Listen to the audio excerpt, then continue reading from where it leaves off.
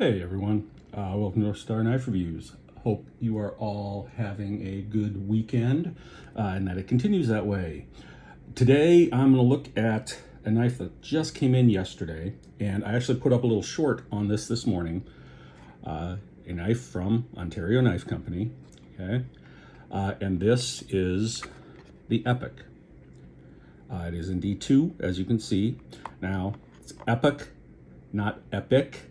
EPIC, Epoch, EPOCH, which the reason I know what it is because I took a paleontology class once. An epoch is a historical time period, like when you take paleontology or if you took geology, the Pleistocene epoch.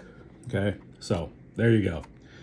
Anywho, let's take a look at the knife. Now, I will be honest, this is not a knife that I was aware of until about a week ago.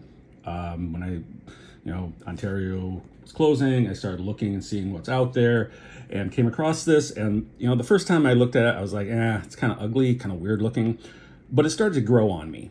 And there are not a whole lot of videos out there on this because apparently this was a new knife for 2023. So probably aren't a lot of these out there. Make them for 6 months or whatever. But it started to grow on me. It has these, this is a Framelock, okay? So you've got the black stainless steel on one side, and then you've got the green olive drab G10 on the other. And let's see, closed, we are right on 4 inches, all right?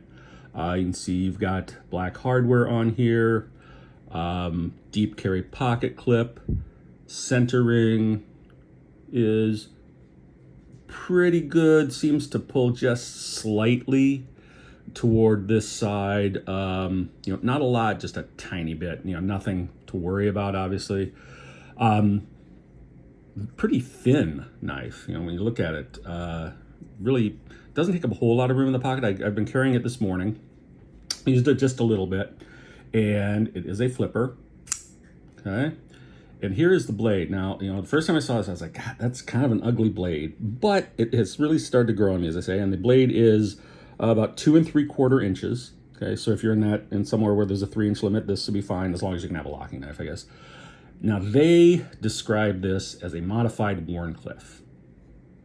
Now, I suppose at some level, any knife could be a modified Wharncliffe if you modify it enough, I guess.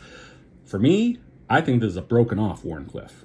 All right. It looks like, a Wharncliffe that would have had another inch and then somebody just snapped that part off. Not necessarily bad, just makes it look a little weird. Pretty comfortable in hand.